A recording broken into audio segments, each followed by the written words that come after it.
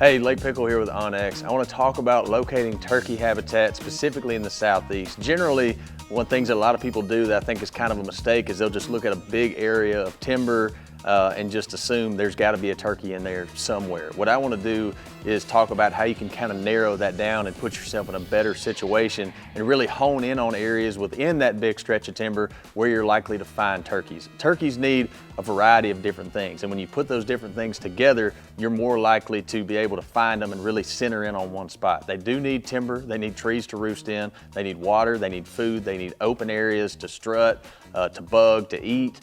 They need nesting habitat for the hens when they put nest out and when they have poults. So typically what I'm looking for on a map, so if I'm running the OnX map, for example, I'll be sure to have my hybrid base map on. I do that for a lot of reasons. One, it gives me topographic lines so I can see the different changes in the topography on the landscape. It gives me water features so I can see the creeks and the drainages and that different sort of thing. And I also use that to look for recent clear cuts, ag fields. So what I'm looking for, especially if I'm going to hunt a new area, if I'm going to somewhere that I've never been before, I'll pull up a map, and if I can see a spot where there's a creek running through, there's an ag field, be that a recent cut or a cow pasture near it, if there's big timber nearby, I'm gonna mark that spot as somewhere that I'm gonna go look in and look for turkey sign, because there's a lot of things that a turkey's gonna like in one proximity area. Another thing that I'm going to look for is timber changes. A very useful layer within the app is the tree species layer. Down here in the south, we have a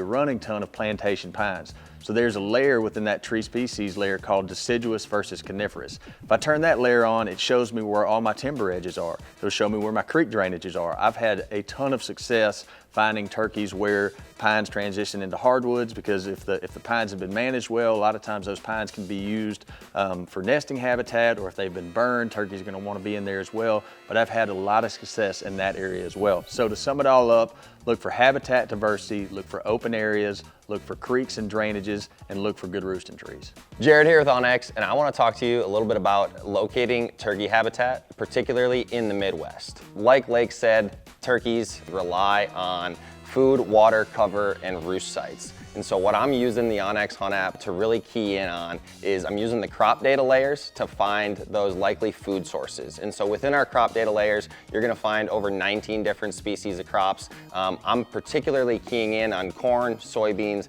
and alfalfa. These are gonna provide not only a great food source, but open areas for turkeys to go out, dry off after rain, to strut in and go bugging around in. And then one overlooked piece of habitat in the Midwest that I've had a lot of success turkey hunting is in and around wetlands. And so within that same layers of tree species and habitat, we have both herbaceous and woody wetlands categorized.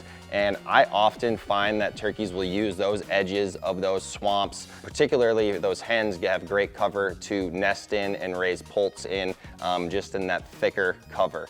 And so if you're utilizing those layers, combine them with our hybrid base map, that's going to make all of the topography pop, as well as really show those creek drainages. So utilize those features to hone in on key turkey habitat and find more birds across the Midwest.